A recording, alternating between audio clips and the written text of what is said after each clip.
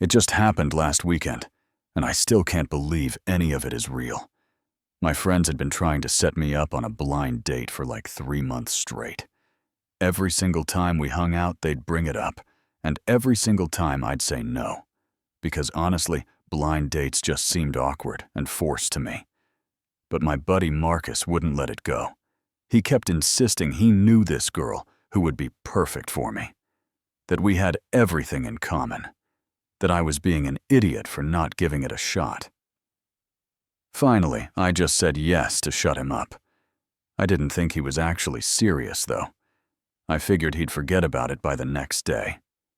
Then on Friday afternoon, my phone buzzed with a text from Marcus, saying the date was set for Sunday at 3. He sent me the address of some coffee shop by the lake in Denver. I actually laughed out loud when I read it. I texted back asking if this was another one of his pranks because they'd pulled stuff like this before. Once they signed me up for a speed dating thing without telling me, and I had to sit through 20 conversations about cats and CrossFit. Marcus swore up and down it was real this time. He said her name was Sophie, and that she was expecting me. I told him fine, but if this turned out to be a joke, he owed me beer for a month. Saturday came and went, and I kept waiting for him to text and say he was kidding. But nothing came. Sunday morning, I woke up thinking there was no way I was actually going to go through with this. I spent most of the morning working in my garage. I'm a mechanic, and I've been restoring this old Chevy pickup for the past year. And I got so focused on replacing the brake lines that I completely forgot about the whole date thing until my alarm went off at 2:30, reminding me I had somewhere to be. I stood there, covered in grease, staring at my phone, debating whether to just ignore it. Then I thought about how Marcus would never let me hear the end of it if I bailed. So I cleaned up, changed into jeans and a clean shirt, and drove to the coffee shop expecting to walk into some elaborate prank. The place was called Lakeview Coffee, and it sat right on the water with big windows and wooden tables. It was busy for a Sunday afternoon, families and couples everywhere. I ordered a black coffee and found a table by the window where I could watch the door. I kept checking my phone, waiting for Marcus to text, and admit this was all a setup. 3 o'clock came and went. No text, no call. I was about to leave when the door opened and she walked in. I'm not even exaggerating when I say everything around me just stopped. She had long dark hair pulled back in a loose ponytail, and she was wearing this flowy sundress that was light blue with little white flowers on it. She had a calm confidence about her, like she was completely comfortable in her own skin. She looked around the coffee shop, and when her eyes landed on me, she smiled. Not a big dramatic smile, but this soft, genuine one that made my chest feel tight. She walked straight over to my table, and I stood up so fast I almost knocked my coffee over. She said, "Are you Jake?" And I nodded like an idiot. She laughed and said, "I'm Sophie, and I'm guessing we're both victims of the same setup." Yet her voice was warm and had this slight rasp to it that I immediately liked. I finally found my words and said, "Looks like our friends are in on this together." She sat down across from me, and suddenly I forgot every reason I thought blind dates were a bad idea. We started talking, and it didn't feel forced at all. She told me her friend Rachel had been bugging her to go on this date for weeks. She thought it was a joke too until Rachel sent her my picture and the coffee shop address. I asked what she did for work, and she said she was a veterinary technician at a clinic on the south side of Denver. Her whole face lit up when she talked about the animals she worked with. I told her I was a mechanic and worked at a shop downtown. But mostly, I spent my free time restoring old cars. Well, she leaned forward and asked what I was working on right now. I told her about the Chevy, and she actually seemed interested. She asked real questions about the engine and the paint color I was going to use. Most people's eyes glaze over when I talk about cars. but she was genuinely curious. We talked for over an hour without even realizing it. She told me she grew up in a small town in Wyoming and moved to Denver for school. She had a dog named Copper, who was a golden retriever mix and apparently very spoiled. I told her I'd always wanted a dog, but my apartment didn't allow pets. She said that was a crime, and anyone who worked with their hands all day deserved to come home to a dog. The way she said it made me smile, like she already understood something about me without me having to explain it. We ordered more coffee and kept talking. Well, she asked about my family, and I told her about my mom, who still lived in my hometown and called me every Sunday without fail. She told me about her parents who ran a ranch back in Wyoming and how she missed it sometimes, but loved the city too much to move back. At some point, I noticed the sun was starting to set outside, and the coffee shop was getting quieter. I checked my phone and realized we'd been sitting there for almost 3 hours. She noticed too, and her eyes went wide. She said she couldn't believe how fast the time went. I said me neither, and I meant it. We walked outside together, and the air was cooling down. Her car was parked a few spots down from mine. We stood there in that awkward moment where neither of us wanted to say goodbye, but we didn't know what else to do. And she broke the silence first and said she had a really good time. I said I did too and asked if she wanted to do it again sometime. She smiled and said she'd like that. We exchanged numbers and she gave me a quick hug before getting in her car. I watched her drive away and stood there in the parking lot trying to process what just happened. I got in my truck and immediately called Marcus. He picked up laughing and asked how it went. I told him I owed him way more than a month of beer. That night I couldn't stop thinking about her. The way she laughed. The way she listened like what I was saying actually mattered. The way she looked at me across that table. I kept replaying every moment of the conversation in my head. Around 10, my phone buzzed with a text from an unknown number. It was Sophie saying thanks for the coffee, and that she meant what she said about doing it again. I texted back right away, saying I was free next weekend if she was. She said she was, and asked if I liked hiking. I said I did, even though I hadn't been in years. She sent me the name of a trail and said to meet her there Saturday morning at 9. I said I'd be there. The whole week dragged by. Work felt longer than usual. Every time my phone buzzed, I hoped it was her. We texted back and forth a few times. Nothing heavy. Just little things about our days. She sent me a picture of a puppy that came into the clinic, and I sent her a picture of the progress I made on the Chevy. It felt easy and natural, like we'd known each other way longer than we actually had. Saturday morning came, and I woke up earlier than I needed to. Yet I changed clothes 3 times, trying not to look like I was trying too hard. I got to the trailhead 15 minutes early, and she was already there, leaning against her car, wearing hiking boots and a backpack. When she saw me, she waved, and I felt that same tightness in my chest from the coffee shop. We started up the trail and fell into step beside each other. The morning was cool and quiet, except for birds and the sound of our boots on the dirt path. She told me she came here a lot to clear her head, that there was something about being in the mountains that made everything else feel smaller. I understood exactly what she meant. We hiked for about an hour before stopping at a lookout point. The view stretched out for miles, mountains and trees and the city far in the distance. We sat on a rock and shared the water she brought. She asked me why I liked working on cars, and I told her the truth, that I liked taking something broken and making it whole again, that there was something satisfying about using my hands to create something that would last.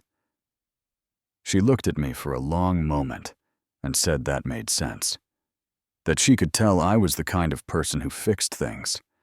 I asked what she meant, and she said some people just had that energy, the kind that made you feel like everything would be okay. I didn't know what to say to that. so I just looked out at the view and tried not to let her see how much her words affected me. We hiked back down the trail, and by the time we reached the parking lot, it was almost noon. My legs were tired, but in a good way. Sophie suggested we grab lunch at this diner she knew nearby. I said yes immediately because I wasn't ready for the day to end yet. The diner was one of those classic places with red booths and checkered floors. We slid into a corner booth and ordered burgers and fries. The waitress brought us waters, and Sophie told me this was her favorite spot when she first moved to Denver. She said she used to come here alone on weekends when she felt homesick. I asked if she still got homesick, and she nodded. She said sometimes she missed the wide-open spaces of Wyoming. The quiet, the way you could see every star at night. But then she'd remember why she left, and how she wanted to build her own life and not just follow the path everyone expected her to take. I understood that more than I could explain. I told her I grew up in a small town too, and everyone assumed I'd take over my dad's construction business. But I wanted to work with cars, not houses. My dad didn't get it at first, but eventually he came around. Sophie smiled and said it takes courage to choose your own path even when people don't understand. Our food came, and we ate and talked about everything. Favorite movies, worst first date stories, places we wanted to travel. She said she'd always wanted to see the coast, drive up Highway 1 in California, and camp on the beaches. I told her I'd never been either, but it sounded amazing.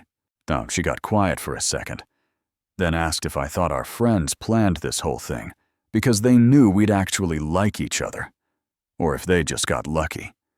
I laughed and said probably a little of both. She said either way, she was glad they did it, that she almost didn't show up to the coffee shop because she thought it would be awkward. I admitted I almost didn't show up either. We sat there looking at each other, and I felt this pull, like something was shifting between us, something real. After lunch, we walked around downtown for a bit, just wandering with no real destination. We stopped at a bookstore, and she showed me her favorite section: poetry and nature writing. I'd never been much of a reader, but the way she talked about books made me want to be. We ended up on a bench in a small park watching people walk by. Families with kids, couples holding hands, dogs chasing frisbees. Sophie leaned back and closed her eyes, letting the sun hit her face. She looked so peaceful. I wanted to reach over and hold her hand, but I didn't want to rush anything. She opened her eyes and caught me staring. She smiled and asked what I was thinking.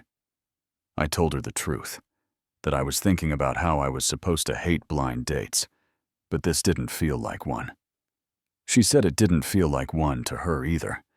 It felt like meeting someone you were supposed to meet. We sat there a while longer, then she said she should probably get going. She had an early shift at the clinic the next morning.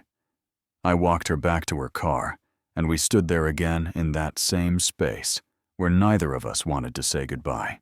And this time she stepped closer and gave me a hug that lasted longer than the first one. I could smell her shampoo, something like coconut and vanilla. When she pulled back, she looked up at me, and for a second I thought about kissing her. But something stopped me. Maybe it was nerves.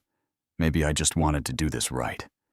She squeezed my hand and said, "Text me later." I promised I would. I drove home feeling like I was floating. My apartment felt emptier than usual. I texted her when I got home saying I had an amazing day. She texted back right away, saying she did too, and that we should do it again soon. I said, "How about next weekend?" And she sent back a smiley face. The next few weeks were a blur of texts and calls and more dates. We went to a farmer's market and she bought flowers for her apartment. We saw a movie and shared popcorn in the back row. We cooked dinner at her place, and her dog Copper decided I was his new best friend. Every time I saw her, it felt easier. More natural, like we were building something without even trying. One night, she invited me over and said she wanted to show me something. When I got there, she led me out to her tiny balcony. She had string lights hung up and candles lit. She said she'd been wanting to do this for a while, create a little space where she could sit and relax after long days.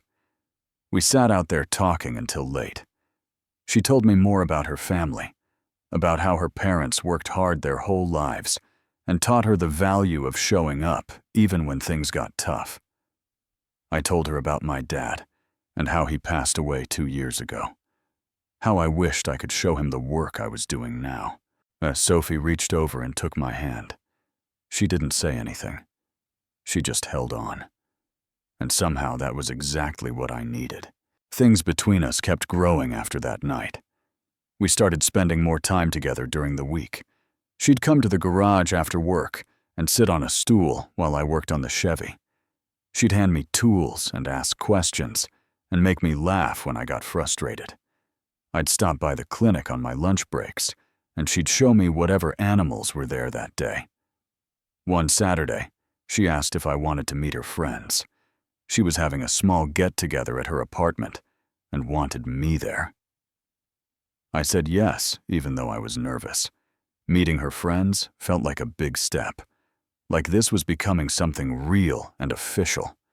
I showed up with beer and tried not to feel out of place. Her friends were nice, though. They asked about my work and seemed genuinely interested. Marcus was there too with his girlfriend, and he kept giving me these looks like he was proud of himself for setting us up. Sophie stayed close to me the whole night. She'd touch my arm when she laughed, or lean against me when we sat on the couch. It felt natural, like we'd been doing this for years instead of weeks. Later that night, after everyone left, we cleaned up together.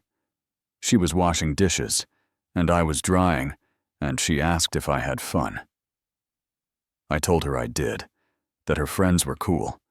She smiled and said they really liked me, that Rachel told her I seemed like a good guy. I asked what she thought, and she turned to look at me. She said she thought I was more than good, that I was exactly what she didn't know she was looking for. I set down the dish towel and pulled her close.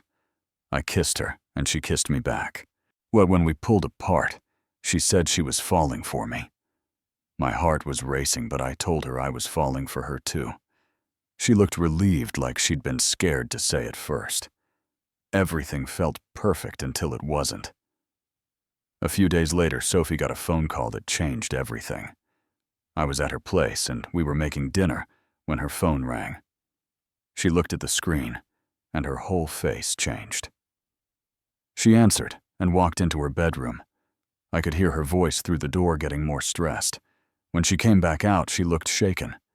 She sat down on the couch, and I sat next to her. She told me that was her mom. Her dad had a heart attack and was in the hospital back in Wyoming.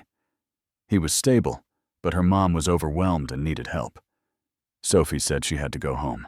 I told her of course she did, and asked what I could do. And she looked at me with tears in her eyes and said she didn't know how long she'd be gone, that her parents might need her to stay for a while to help with the ranch. I pulled her into my arms and told her we'd figure it out. That distance didn't change how I felt. I drove her to the airport the next morning. We didn't talk much on the way there. She was too worried about her dad, and I didn't want to make things harder. At the terminal, I hugged her tight and told her to call me when she landed. She promised she would. The first week she was gone was hard. We texted when we could, but she was busy taking care of her dad and helping her mom. I threw myself into work to keep my mind off missing her. I finished the brake lines on the Chevy and started on the interior. But every night, I'd get home to my empty apartment and wish she was there. Yet she called me one night sounding exhausted. She said her dad was doing better, but recovery was going to take months. Her mom couldn't handle the ranch alone, and Sophie felt torn. Part of her wanted to come back to Denver, but part of her felt like she needed to stay. I asked her what she wanted to do. She said she didn't know, that she felt guilty no matter what choice she made.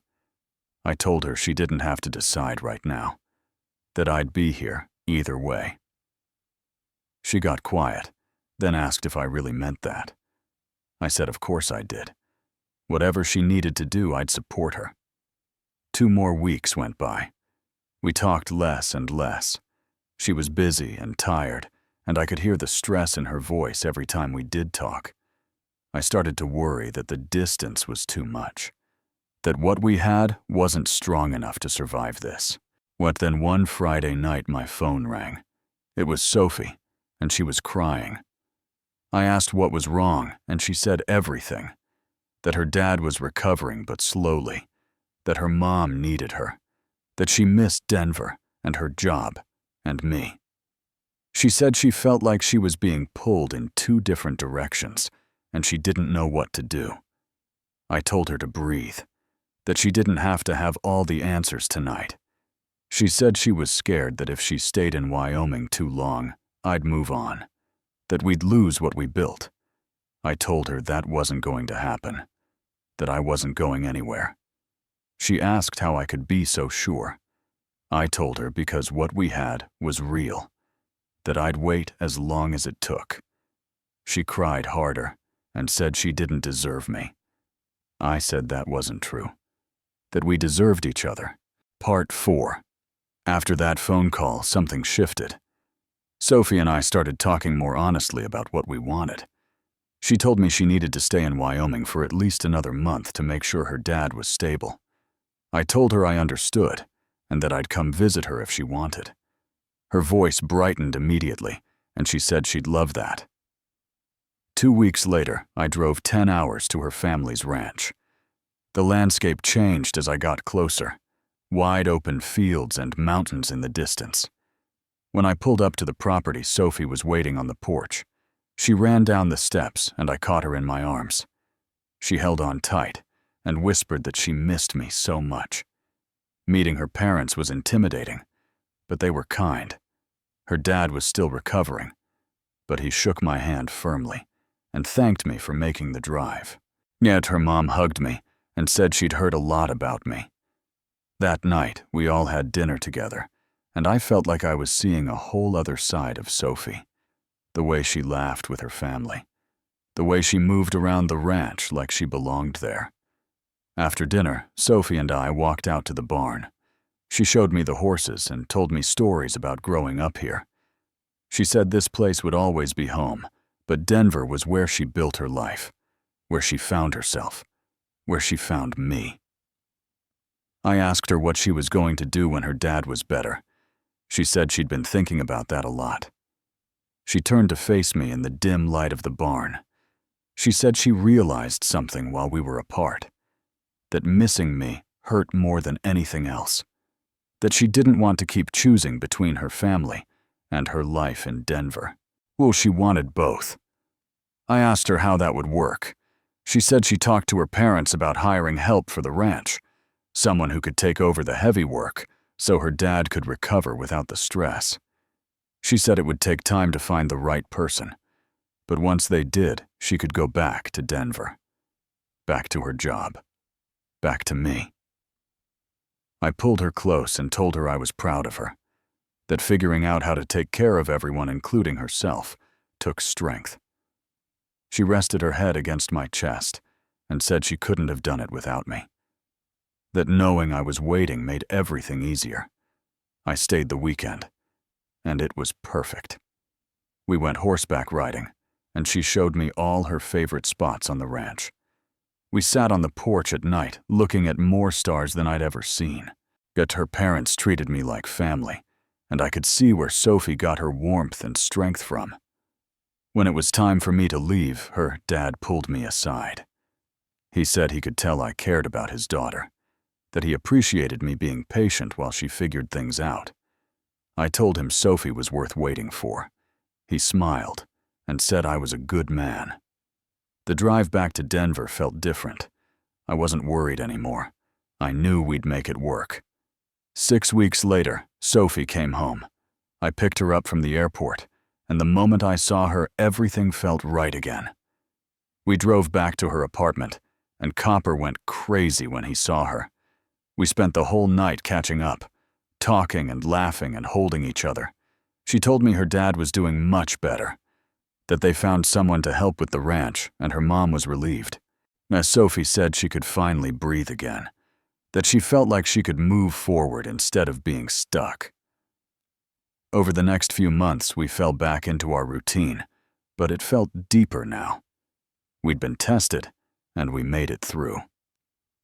She started talking about the future more, about trips we could take, and places we wanted to see together.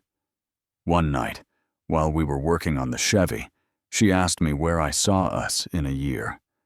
I told her the truth, that I saw us together, maybe living together, maybe planning that California coast trip she always talked about. She smiled and said that sounded perfect. Then she said she loved me, not falling anymore, but completely and fully in love with me. I set down my wrench and looked at her. I told her I loved her too, that from the moment she walked into that coffee shop, my life got better. That what started as a joke turned into the realest thing I'd ever had. She kissed me right there in my garage, covered in grease and surrounded by car parts. And I knew this was it. This was the person I wanted to build a life with. Our friends were right all along. Sometimes the best things come from taking a chance on something you think is a joke.